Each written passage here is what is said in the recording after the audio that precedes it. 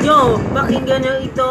Ito nanggagaling sa Ormoc City na ito. Nandito lang ako, naghahamon ng bagong taon na naman. 2026 naman, hindi nagkumpra ako. Paano ba ito? Nahayag ko to. Ipapakita sa mundo na kaya ko ito. Kay HIPABWD, kayo pa rin magsipa. Let's go to 2026.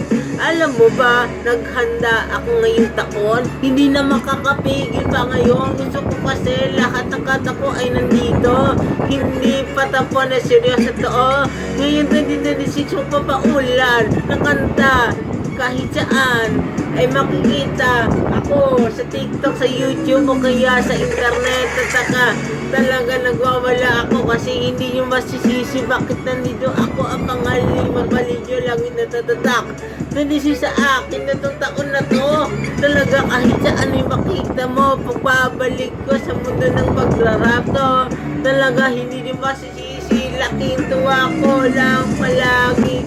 Pinuto na, nakahayag pa rin. Wala silang mapapalag kahit saan dalhin.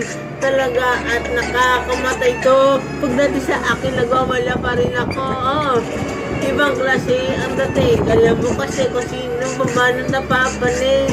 Paglipas ng panahon pa rin ako nandito. Wala silang napapanig. O diba, ibang mabasakin ko ang mga kantang pinasikat ko. Noong 2023 ngayon nagbabalik na sa mundo ng pag-rap. Kaya kung ako sa'yo, tumigil na kayo. Bumalik na kayo doon sa pinanggalingan nyo. Yun, iba kasi ang dating ko, men. Pagkikita mo, panipit, malo, shoutout sa mga rapper ngayon 2026 na paunahan na lang tayo kung sino ang nasa tutok, no? Tutok. Magpapaulan ako ngayong taon. Ng kanta, magpapaulan ako ngayong taon.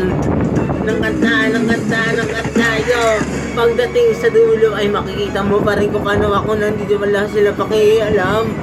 Kasi sinasabi ng Panginoon ngayong taon ay akin na. Yeah.